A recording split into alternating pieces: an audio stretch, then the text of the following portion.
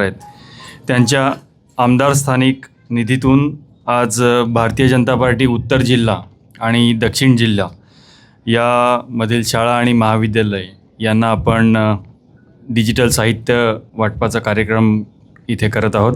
त्यासाठी जमलेले सर्व भाजपाचे दोन्ही जिल्ह्याचे पदाधिकारी तसेच सर्व शिक्षक आणि महाविद्यालयाचे प्रतिनिधी यांचे मी भारतीय जनता पार्टीतर्फे हार्दिक स्वागत करतो।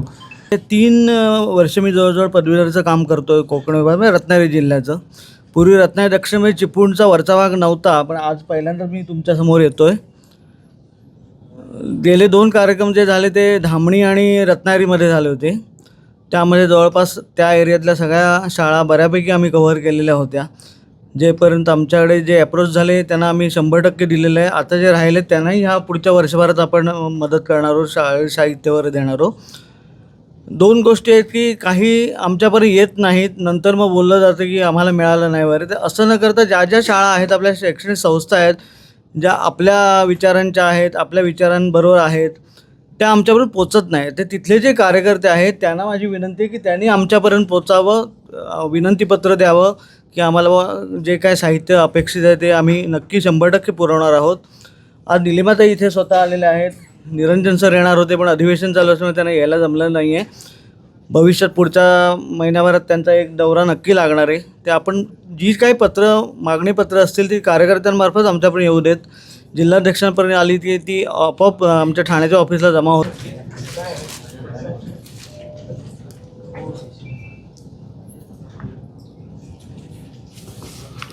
सर्वांनी टाळ्या वाजवायला हरकत नाही।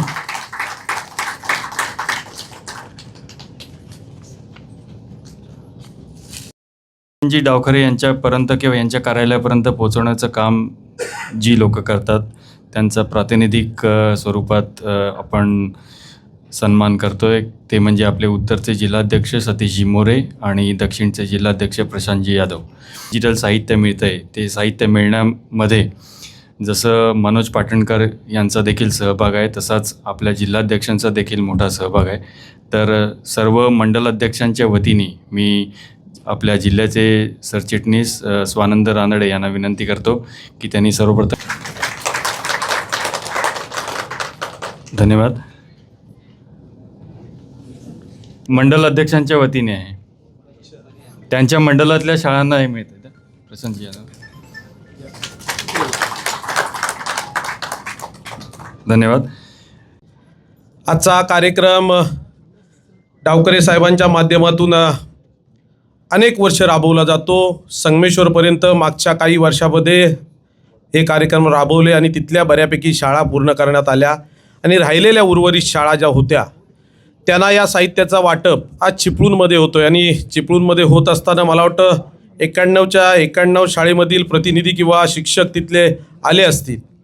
भारतीय जनता पार्टीची पद्धत परंपरा फार शांत गतीनं चालत असते, कधी गवगवा या गोष्टीचा नसतो, परंतु तिथला कार्यकर्ता आमचा काम करत असतो आणि त्याच्या माध्यमातून त्या शाळेमध्ये काय खरोखर गरज आहे, काय वस्तू हवी आणि त्या वस्तूचा पाठपुरावा करणारा खरा म्हणजे तिथला कार्यकर्ता आमचा असतो।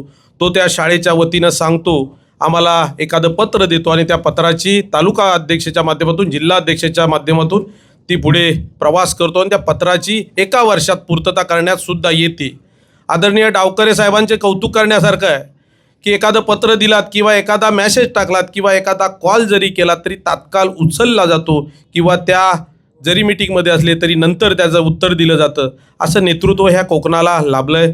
आदरणीय ह्या प्रदेशाचे अध्यक्ष चव्हाण साहेबांनी खास करून कोकणावर लक्ष देण्यासाठी आदरणीय निरंजन साहेबांची इथे आमच्यासाठी म्हणजे कार्यकर्त्यांसाठी त्यांनाही जबाबदारी दिली। येणाऱ्या काळामध्ये ज्या उर्वरित शाळा राहिल्यात त्यांना नक्की मिळणार आहे, परंतु बोंबाबोंब करून कुठेतरी निगेटिव्ह काहीतरी सांगायचं असं होऊ नये। कारण भारतीय जनता पार्टी महाराष्ट्रामध्ये काम करते, देशामध्ये काम करते। काम करण्याची पद्धत तुम्हा सर्वांना माहिती आहे। इथं आलेले सर्वच मला माहिती आहेत की शिक्षक आहेत, सरकारमध्ये काम करणारे ते पदाधिकारी आहेत, तिथले एक त्या शाळेमध्ये आपापले संस्कार हजारो मुलं घडवणारे तुमचे हात तुमचा सर्व कालखंड गेलेला आहे। तसं आमचे पदाधिकारी आहेत ते भारतीय जनता पार्टीमध्ये काम करणारे संस्कारी पदाधिकारी आहेत। म्हणून कोणतरी तिथे निगेटिव्ह एखादा विरोधक म्हणून, कारण भारतीय जनता पार्टी तुम्हाला माहिती आहे की कोकणामध्ये थोडी कमी संत आहे, आम्ही मानतो ना आहे, परंतु आताच्या याच्या पुढच्या कालखंडामध्ये दोन्ही जिल्हाध्यक्ष योगायोगानं हे चिपळूण तालुक्यातले या शहरामधले आहोत. आता अशी वेळ येणार नाही, कारण प्रत्येक कार्यक्रमाचं आता तर मला प्रशांत दादा मिळाले, तुम्हाला माहिती आहे डिजिटल कार्यक्रम कशा पद्धतीनं करायचं आणि कार्यक्रमाचा बोलबाला जरी करायचा नसला तरी करावा लागतो. याचं कारण तुम्हाला सांगतो की निगेटिव्ह बोलणारी 1-2 लोक असतात. आज 91 वस्तू जात आहेत, त्याचं कोण गुणगौरव करत नाही. आज खरोखर त्या शाळेला गरज आहे, ती वस्तू ज्या पद्धतीनं पुरवली जाते त्या माणसाचं नाव नक्की त्या गावामध्ये ग्रामसभेमध्ये घेतलं पाहिजे. ते कधी घेतलं जात नाही. ते या पुढच्या काळामध्ये मी तुम्हा सर्वांना विनंती करेन की तुम्ही सांगून ठेवलं पाहिजे त्या ग्रामपंचायतीमध्ये, ग्रामपंचायत कुणाचीही असू परंतु सरकारची आहे, ह्या शाळा सरकारच्या आहेत. आज त्यांच्या माध्यमातून कितीतरी शाळेंना निधी दुरुस्तीसाठी सुद्धा भेटलेला आहे, परंतु कधी पटलावर आलेला नाही. परंतु याच्या पुढच्या काळामध्ये तो पटलावर आला पाहिजे, ही मानसिकता घेऊन आम्ही जाणारे सर्व सहकारी आहोत. आम्ही सर्व, मी माझ्या सहकार्यांना, मी कार्यकर्ते कधीच बोलत नाही, कारण मी भारतीय जनता पार्टीचा एक कार्यकर्ता म्हणूनच काम करतो. मी सर्व सहकार्यांना सांगेन की आता आवाज उठवून सांगितलं पाहिजे की ह्या निधीचा वापर आपण करतोय. कधी आम्ही तिथे जाऊन उद्घाटन, नारळ फोडणं ह्या प्रक्रिया कधी करत नव्हतो, परंतु येणाऱ्या काळामध्ये नक्की या प्रक्रिया, या सर्व गोष्टी भविष्यामध्ये आम्ही करणार आहोत. आणि तुम्ही शिक्षक म्हणून तिथले आम्हाला सर्वजण सहकार कराल, सहकारी राहाल आमच्या कार्यक्रमामध्ये, एवढा नक्की विश्वास तुमच्या सर्वांच्या समोर व्यक्त करतो. येणाऱ्या काळामध्ये अनेक गोष्टी या माध्यमातून निरंजन साहेब डावकरे तर असतीलच, पण मॅडमनी खास करून कोकणावर लक्ष दिलं आहे. आज विचार करा की एक स्त्री या महाराष्ट्राचा पुरोगामी महाराष्ट्र आहे, जो छत्रपती शिवाजी महाराजांचा महाराष्ट्र आहे, ज्या महाराष्ट्रामध्ये आपण अतिशय भावनिक विषय की महिलांसाठी कुठला विषय असेल तर प्राधान्यानं पुढे जातो. परंतु तुम्ही मॅडमचे विचार माझ्यानंतर नक्की ऐकाल की शिक्षणामध्ये आवड किती आणि त्या शिक्षणाला सेवा देण्याचं काम कशा पद्धतीनं करणार आहेत. मॅडम, येणारी एक अडचण मी तुम्हाला नक्की सांगेन की या शाळामध्ये शिकवत असताना शिक्षकांना एक अडचण आहे, सर्वसामान्य करू शकतात पूर्णतः, परंतु लाईट बिल भरण्याची एक अडचण फार मोठी प्रत्येक शाळेमध्ये निर्माण झाली आणि त्याचा मला अंदाज किंवा मी त्याचा अनुभव सुद्धा घेतला आहे. तर येणाऱ्या काळामध्ये आपल्या माध्यमातून सौर ऊर्जेचा वापर करून त्या शाळा कशा चांगल्या उच्च दर्जाच्या करता येतील, त्यांना लाईटची सोय असेल ती कशी देता येईल, कारण ही गोष्ट फार भविष्यामध्ये शाळेमध्ये अतिशय त्रासदायक ठरलेली तुम्हा शिक्षकांना सुद्धा असेल. परंतु या गोष्टीला कुठे ना कुठे आपण न्याय दिला पाहिजे आणि मला वाटतं की येणाऱ्या काळामध्ये आदरणीय डावकरे साहेब असतील किंवा भारतीय जनता पार्टी पक्ष असेल, या पुढच्या येणाऱ्या काळामध्ये आपण त्याही गोष्टीचा विचार करूया सर्व मिळून आणि त्याच्यावर कसं काय आपल्याला उत्तर काढता येईल, गावकऱ्यांना त्या पद्धतीनं आपण सांगू शकतो की नाही, ही सुद्धा गोष्ट आपण येणाऱ्या काळामध्ये नक्की देऊ शकू. अशा अनेक गोष्टी शाळेपर्यंत पोहोचवल्या पाहिजेत. मराठी माध्यमाची शाळा बघितल्यानंतर थोडेसे विचार आमचे तुमचे बदललेत, परंतु मराठी शाळेमध्ये शिकवणारा शिक्षक हा फार प्रगल्भ असतो. याचं उदाहरण तुमच्यासमोर मी आहे. मी एक शेतकऱ्याचा मुलगा आहे, व्यासपीठावर जेव्हा बोलत असतो त्या काळात मला त्या शिक्षकांनी शिकवलं, म्हणून इथपर्यंत पोचलो.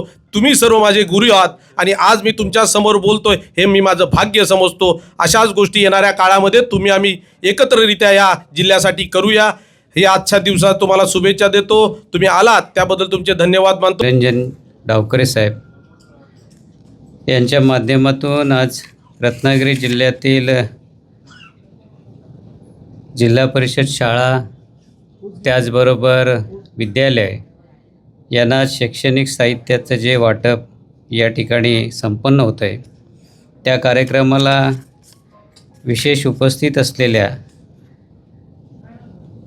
निरंजन डावखरे साहेबांच्या सौभाग्यवती आदरणीय निलिमाताई डावखरे मॅडम, या शैक्षणिक साहित्याचं वाटप होतं आहे, त्या शाळांचे प्रमुख प्रतिनिधी, शिक्षक आणि उपस्थित बंधू भगिनींनो, आदरणीय आमदार निरंजन डावकर साहेब हे 2025-26च्या स्थानिक विकास निधीतून आलेल्या साहित्यांचं जे वाटप आहे ते आज या ठिकाणी संपन्न होतं आहे. मनोजजींनी सांगितल्याप्रमाणे गेले 3 वर्ष शाळांना साहित्य वाटपाचा हा कार्यक्रम होतो आहे.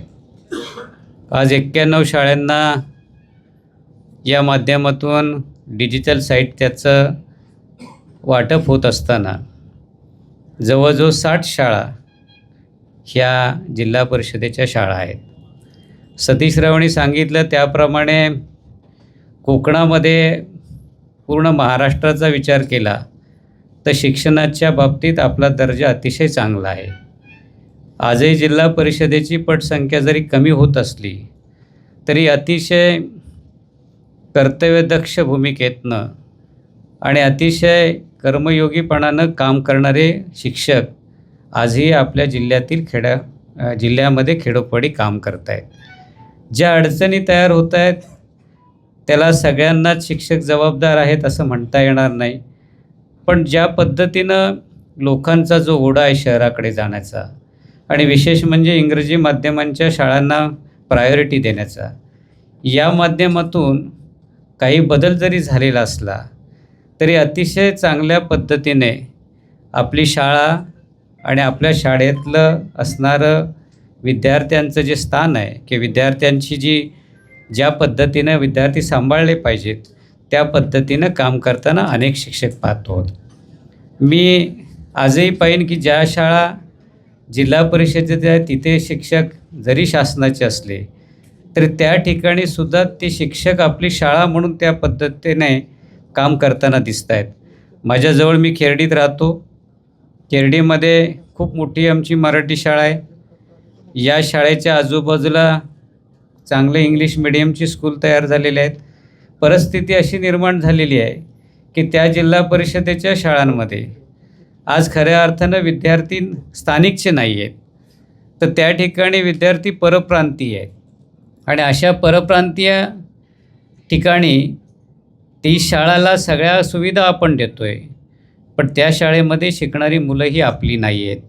पण तरीसुद्धा सातत्याने त्या शाळांचा दर्जा सुधारावा, त्या शाळा चांगल्या राहाव्यात, त्या शाळा टेक्नॉलॉजीने संपन्न व्हाव्यात अशासाठी धडपडणारे शिक्षक मी पाहिलेले आहेत. अनेक कारणास्तव मॅडम शिक्षक आमच्याकडे येतात, अनेक गोष्टी सांगतात. शक्य असेल तिथे आम्ही स्थानिक असल्यामुळे त्यांना मदत करतो, पण हीच परिस्थिती अशी आहे की ही शाळा आमची टिकली पाहिजे. आज पटसंख्या कमी झाली म्हणून सगळे शिक्षक कमी करायचं जे धोरण सरकारचं आहे ते कदाचित त्याचा फेरविचार व्हायला पाहिजे. कारण जरी शहराकडं लोक वळत असली तरी या शाळेमध्ये प्राथमिक शाळा असतील किंवा आमचे हायस्कूल्स असतील, हायस्कूलसुद्धा त्या त्यावेळी त्या परिस्थितीमध्ये तिथल्या स्थानिक लोकांनी, तिथल्या स्थानिक नेत्यांनी आपल्या मुलांचं करिअर आणि भविष्य घडावं यासाठी स्वतःहून जागेपासून सगळं सर्वस्व वेळप्रसंगी घरातल्या काही गोष्टी घाण ठेवून त्या शाळा चालवलेल्या आहेत. खरं म्हणजे दृष्टिकोन बदलण्याची आवश्यकता आहे. मी आज इंग्लिश मिडियमच्या शाळांच्या बाबतीत म्हणणार नाही, पण अजूनही आमच्या प्राथमिक शाळांमध्ये, अजूनही आमच्या हायस्कूलमध्ये दर्जेदार शिक्षण मिळतं. याचं कारण जसं सतीश रावांनी सांगितलं की मी जिल्हा परिषदेच्या शाळेतनं शिकलो, मी जरी आज जिल्हाध्यक्ष झालो असेल तरी आम्हाला ती शाळा आमची जवळची वाटते. त्या शाळेसाठी किंवा आम्ही ज्या हायस्कूलमध्ये शिकलो सह्याद्री शिक्षण संस्थेमध्ये, त्या शिक्षण संस्थेमध्ये तिथल्या शिक्षकांनी जे कष्ट घेतलेत ते कष्ट आम्ही पाहिले असल्यामुळे आमची अजून एक पिढी अशी आहे की तिचा ओढा अजूनही ग्रामीण शाळांकडं आणि या विद्यालयांकडं आहे. आणि हे काम करत असताना सरकारनं काही गोष्टीमध्ये अशा स्थानिक लेवलची हायस्कूलं, अशा जिल्हा परिषदेच्या शाळा आहेत, यांना जर अधिक पद्धतींचा निधी, आज निधीची खरंच अडचण आहे. लाईट बिलचा विषय कसा प्रॉब्लेम सॉल्व करायचा, शाळा जुन्या झालेल्या आहेत, कौलं खराब झालेली आहेत, कौलांसाठीचा निधी कसा मिळवायचा, वासे खराब झालेले आहेत त्यामुळे पावसाळ्यात पाणी गळतं आहे.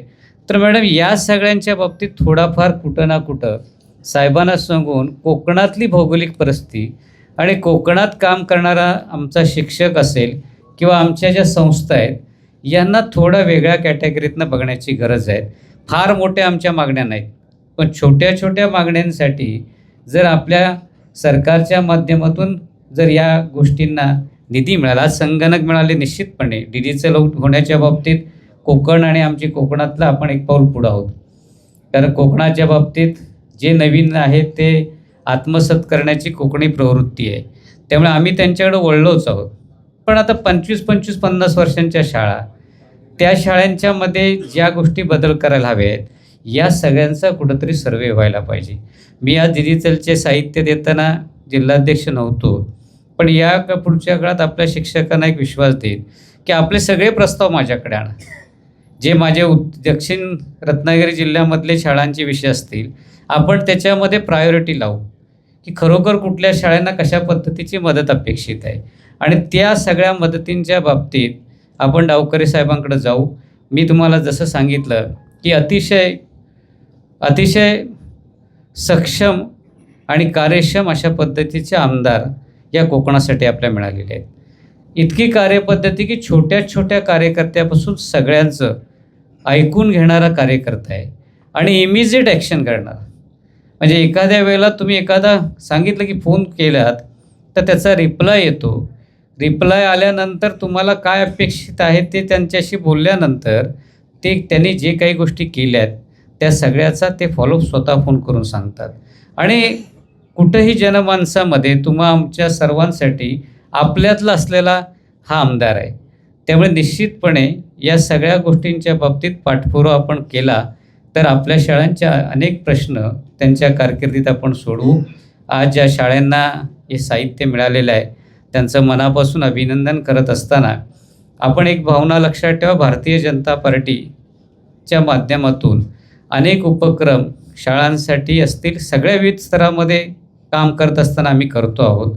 आपण फक्त वेळोवेळी आपण आपला एकमेकांचा समन्वय ठेवूया आणि ज्या माध्यमातून हा पक्ष काम करतो आहे त्या पक्षाच्या पाठीमागं आपण सगळी मंडळी उभं राहावं एवढं एक या ठिकाणी आपल्याला आवाहन करतो. या निमित्त आलेल्या सर्वांचं मनापासून स्वागत करतो आणि मला मनोगत व्यक्त करण्याची संधी दिल्याबद्दल आयोजकांचं धन्यवाद मानून थांबतो. जय हिंद, जय महाराष्ट्र. माननीय निलिमाताई डावखरे आज इथे आलेले आहेत, तर त्यांना विनंती करतो की त्यांनी उपस्थितांना मार्गदर्शन करावं. यादव, सतीशजी मोरे दादा, वर्षाताई टेकणे, शशिकांत मुदी, मनोज पाटणकर दादा, या ठिकाणी आपल्याशी संवाद साधताना काही specific points as a teacher मला आपल्यासमोर मांडायचे आहेत. मी management plus BEd, so I am a combination of management plus, आणि मी BEd आता हल्ली लॉकडाऊनच्या दरम्यान जे आहे ते परसू करून कंप्लीट केलं आहे. जेव्हा मी मॅनेजमेंट पॉईंट ऑफ व्ह्यूने हा सगळा कार्यक्रम बघते तर आपण what, Wien, Y and how हा विचार करतो की आज आपण इथे काय करतो आहे. तर आपल्याला इथे हे जे आपण सगळे इथे जमलो आहे तर आपण काय करतो, तर आपल्याला काही साहित्य इथे वाटप केलं जातं आहे निरंजनजी यांच्या आमदार निधीतून. तर आपण साहित्य जे देतो आहे ते चांगल्या दर्जाचं आहे. HP कम्प्युटर्स आहेत डेस्कटॉप ज्यांनी मागणी केलेली, आणि झेब्रॉनिक्सचे अँड्रॉईड प्रोजेक्टर्स आहेत. तर म्हणजे आपण आपला मोबाईल कनेक्ट करून डिस्प्ले करू शकतो. इंटरॅक्टिव्ह पॅनल जर कोणी मागणी केली आहे तर ते पण आहेत विथ लर्निंग ॲप्स, आणि मल्टीफंक्शन प्रिंटर आहे. तर हा जो आहे हा वॉटचा भाग आहे की आपण इथे काय करतो, आपण ज्या मागणी केल्या त्या हिशोबाने काहीतरी दर्जेदार जे आहे ब्रँड त्या हिशोबाने आपण देण्याचा प्रयत्न केला आहे. तर from teachers point of view मी जर बघते तर हा अकॅडमिक इयर जो आहे आता आपला संपतो आहे, एक्झाम्स ऑनगोईंग आहे आणि नवीन अकॅडमिक इयर जो आहे त्याची तयारी आता सुरू होईल आफ्टर वकेशन. मला वाटतं हा जो वेळ आहे हा परफेक्ट वेळ आहे. ही नवीन वस्तू जी आहे आपल्या कॅम्पसमध्ये नेणं आणि त्याच्या वापराचा जो आहे रोडमॅप तो पुढच्या अकॅडमिक इयरसाठी, म्हणजे आपलं अकॅडमिक कॅलेंडर बनवणं, आपले अटेंडन्स बनवणं, आपले लेसन प्लॅन्स बनवणं, तर ही योग्य वेळ आहे. तर व्हॉट अँड वेन जे आहे तो आपला इज टेकन केअर ऑफ. आता वाय, सर्वात महत्त्वाचा मुद्दा की ही वस्तू देणं, ही वस्तू आपल्या कॅम्पसमध्ये नेणं. तर आपण ह्याच्या पुढे काय व्हॅल्यू एडिशन करू शकतो ह्या गोष्टीचं.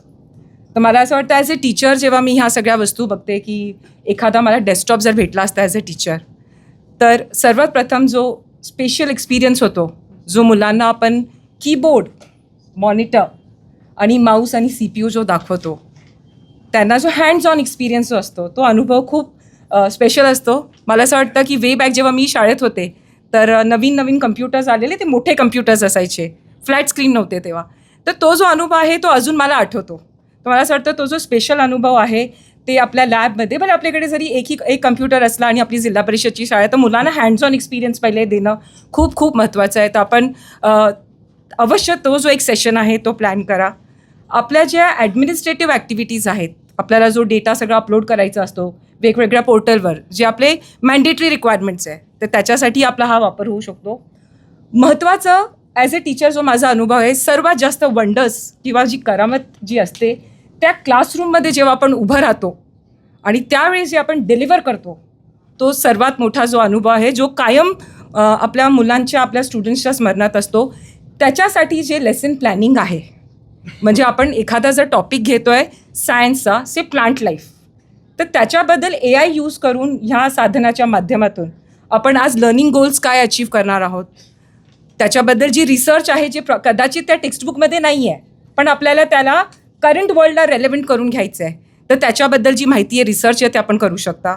आपण आपला लेसन प्लॅन, आपले डिस्क्रिप्टिव्ह जे क्वेश्चन्स आहे, आन्सर्स आहे, इनफॅक्ट आपण जे असेसमेंट डिझाईन करतो, म्हणजे आपले जे पेपर्स आहेत, त्याच्या पण खूप टूल्स अवेलेबल आहेत आता ऑनलाईन, की आपण प्रश्न टाकले आणि त्याचे जे आहेत एक्सपेक्टेड आन्सर्स किंवा मल्टिपल चॉईस क्वेश्चन्स, हे सगळं आपण जे आहे हे कम्प्युटर आणि जे साधन आपल्याला उपलब्ध करून देत आहे त्याच्यातून आपण जे आहे ते यूज करू शकतो. ॲट दी एंड आपण जेव्हा म्हणतो की आता सगळं ग्लोबल झालं आहे आणि ग्लोबल सिनारिओमध्ये एक्झिस्ट करण्यासाठी आपण जे म्हणतो आहे की इंग्लिश मिडियम स्कूल्स जे आहेत त्यांच्याशी आपल्याला कम्पीट करायचं आहे. तर माझं तर असं मत आहे की नॉट इवन इंग्लिश आणि लोकल, आपल्याला तर ग्लोबली कम्पीट करायचं आहे. तर त्याच्यासाठी मुलांना इंटरनेट ब्राउझिंग, वेगवेगळे जे प्लॅटफॉर्म आहे त्याचाही ॲक्सेस आपण ह्या माध्यमातून देऊ शकता. फायनली मला असं वाटतं की हे सगळं करत असताना आपल्याला काही अडचणी असे असू शकतात की साधन आहे पण आपल्याकडे इंटरनेट कनेक्टिव्हिटी नाही आहे. इंटरनेट कनेक्टिव्हिटी आहे तर पॉवर फेलियर आहे.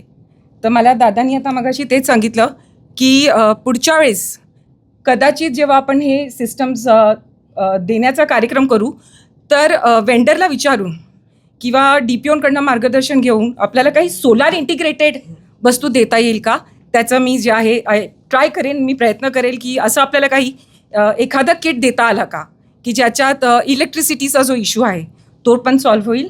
आणि शेवटचा जो विषय आहे की हाव, म्हणजे काही मला असं वाटतं एक प्रोसेस रिलेटेड ज्या अडचणी आहेत की जसं आता म्हटलात की काही स्कूल्सनी स्टॅम्प्स नाही आणले, तर थोडीशी माहिती आपल्याला प्रोसेसबद्दल देते की हे सगळं कसं घडून आणलं.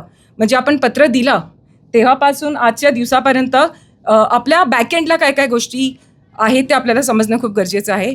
आपण एखादं पत्र जर दिला आणि तो आमच्या पक्षाच्या कार्यकर्त्याच्या मार्फत दिला तर ते अध्यक्षांकडे येतं, तिथून ते त्यांच्या लेटर हेडवर मेन्शन होऊन ठाण्याला येतं, तिथे आम्ही ते लॉग इन करतो based on your UDICE ID, कारण तो युनिक ID आहे. त्याच्या हिशोबाने आम्ही ते लॉग इन करतो, त्याची प्रोसेसिंग करतो.